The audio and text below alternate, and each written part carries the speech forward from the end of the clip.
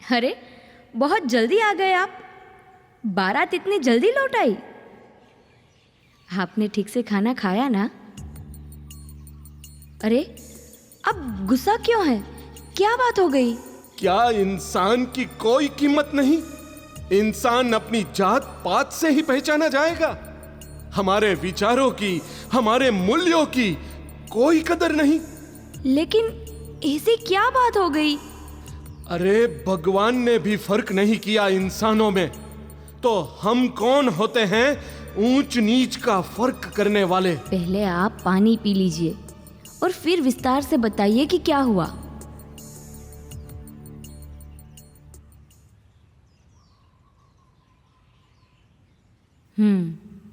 अब बताइए। मैं राकेश की बारात में गया था ना, उसने मुझे अपना अणवर बनाया था। जब मुझे मंडप में बिठाया गया तो पंडित जी ने पूछा, इसकी जात क्या है? और राकेश के पिताजी ने कहा कि यह माली का बेटा है। तो पंडित जी गुस्से से लाल पीले हो गए और बोलने लगे, इस नीची जात वाले को तुमने मेरे बगल में कैसे बिठा दिया? इसको अभी के अभी नीचे उतारो। और मुझे मंडप के बाहर निकाल दिया गया। सावित्री, तुम ही बताओ, किसी इंसान का ज़मीर, उसकी इज्जत, उसके स्वाभिमान का कोई मूल्य नहीं? आप खुद पढ़े लिखे हैं, इतने ज्ञानी हैं, तो उनकी बात को दिल पर लेके क्यों बैठ गए हैं? वे लोग नादान हैं, उनकी नादानियत की सजा आप खुद क्यों भुगत रहे हैं? सावित्री, मुझे जलील करके वहां से निकाल दिया गया, इसका मुझे दुख नहीं है। सोचो, मैं पढ़ा लिखा हूं, फिर भी मेरे साथ ऐसा बर्ताव हो रहा है। तो हमारे भारत में कई गरीब अनपढ़ लोग ऐसे ही भेदभाव से जूझ रहे होंगे। औरतों की हालत तो बहुत ही खराब होगी। सही बात है।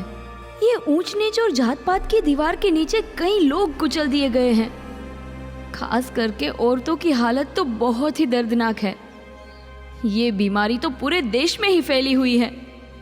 लेकिन हम ऐसे चुप भी तो नहीं बैठ सकते।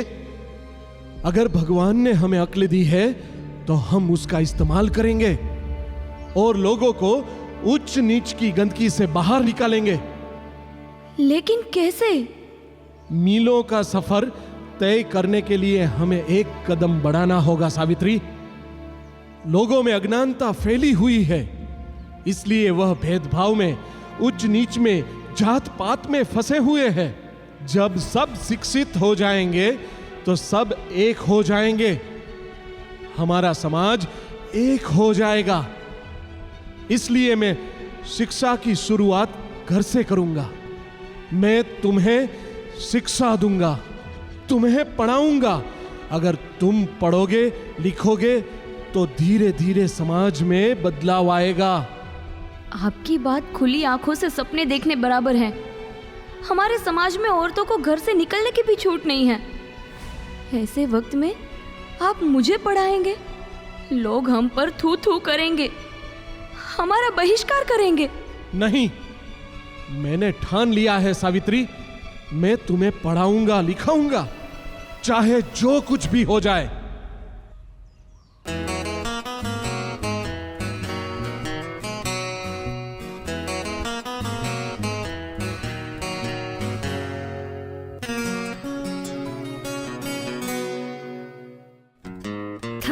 जिसने भी कल भी आज भी राह पर चले तो राहबर बने वहीं। थामा जिसने भी कल भी आज भी राह पर चले तो राहबर बने वहीं। वो मेरे टीचर थे तुम ही, हाँ मेरे टीचर हो तुम ही। वो मेरे टीचर थे तुम ही, हाँ मेरे टीचर हो तुम ही।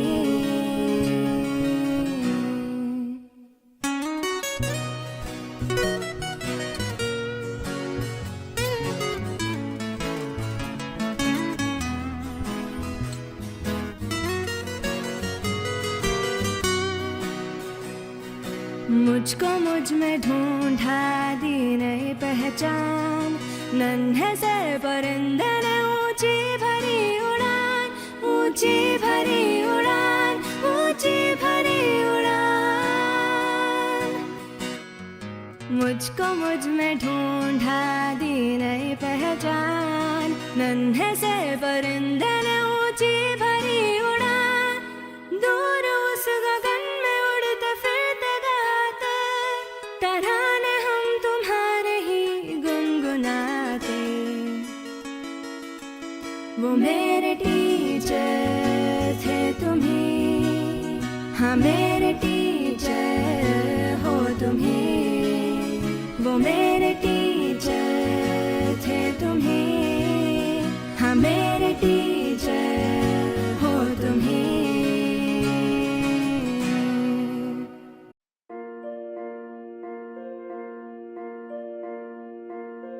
नन्हे से कदम लेकर जब आए पहली बार, नन्हे से कदम लेकर जब आए पहली बार, थामी हमारी उंगली उस टीचर को हमारा प्यार। तो बोलो गुरु ब्रह्मा गुरु विष्णु गुरुदेवो महेश्वरा, गुरु साक्षात् परब्रह्म तस्मै श्री गुरवे नमः।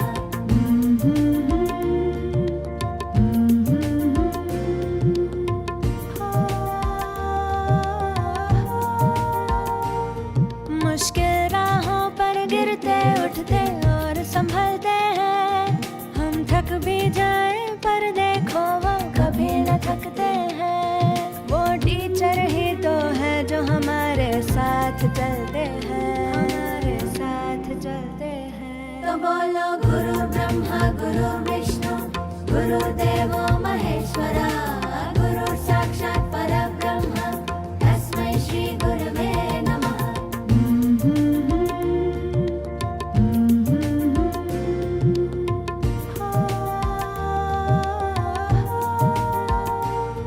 है आग हमारे अंदर पर वो ज्योत जलाते हैं, फिर प्रेम और श्रद्धा से नया विश्वास जगाते हैं। वो टीचर ही तो है जो सच्ची राह दिखाते हैं, सच्ची राह दिखाते हैं। तो बोलो गुरु ब्रह्मा गुरु विष्णु गुरुदेवो महेश्वरा, गुरु साक्षात् परब्रह्म तस्मै श्री गुरवे नमः। नन्हे से कदम लेकर जब आए पहली बार, नन्हे से कदम लेकर जब आए पहली बार, थामी हमारी